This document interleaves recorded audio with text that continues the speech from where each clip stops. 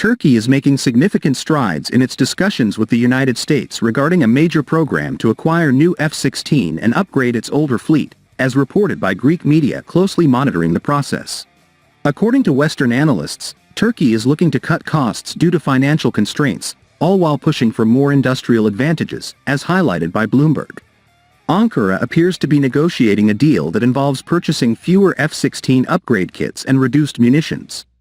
Additionally, it is seeking an offset agreement that would allow domestic production of F-16 components, aiming to lower the project's cost from the originally estimated $23 billion. Ankara is also working to remove all U.S. sanctions and restrictions on its defense industry. Simultaneously, Turkey is enhancing its efforts to address Germany's concerns over the potential sale of Eurofighter jets. The country is also interested in acquiring German warship engines and is keen on ensuring the supply of Siemens-made equipment for the Akuyu nuclear power plant. Consequently, Turkey is actively engaged in multiple negotiations with its defense and trade partners to forge a network of agreements that best serve its interests. Back in October 2021, Ankara put forward a request to acquire 40 F-16 Block 70-72 fighters.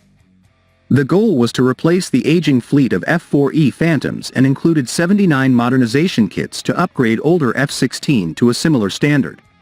Initially, there was some opposition to the sale in Washington, but recent diplomatic efforts have changed the tide. Turkey's support for Swedish NATO membership and its solid backing of Ukraine against Russia have softened previous resistance. U.S. Ambassador to Ankara Jeffrey Flake lauded the deal, describing it as beneficial for U.S. national security, Turkish national security, and NATO interoperability. Reflecting this positive outlook, State Department Deputy Spokesperson Vedant Patel mentioned in January that President Biden and Secretary Blinken have continually supported upgrading Turkey's F-16 fleet, viewing it as a crucial investment in NATO interoperability. Today, Turkey holds the position of the largest foreign operator of the F-16 fighter jet, which first soared in 1974. However, the current variants in Turkey's inventory are not exactly cutting-edge. These jets still use mechanically scanned array radars, leading to limited electronic warfare capabilities and situational awareness. As a result, NATO's Turkish fleet is significantly outmatched by the air forces of several key regional players. For example, the United Arab Emirates and Bahrain possess more advanced F-16 variants. Additionally, Egypt and Syria fly enhanced MiG-29s equipped with phased array radars, while Iran is preparing to deploy Su-35s, a sophisticated fighter jet also used by Russian forces. In mid-May, the Turkish Air Force put the accuracy of the LGK-82 and LGK-84 laser-guided aerial bombs to the test, using locally based F-16 as the delivery platform, as reported by TurkDef. Dropped from an altitude of 15,000 feet, these tests are part of an ongoing effort to enhance precision.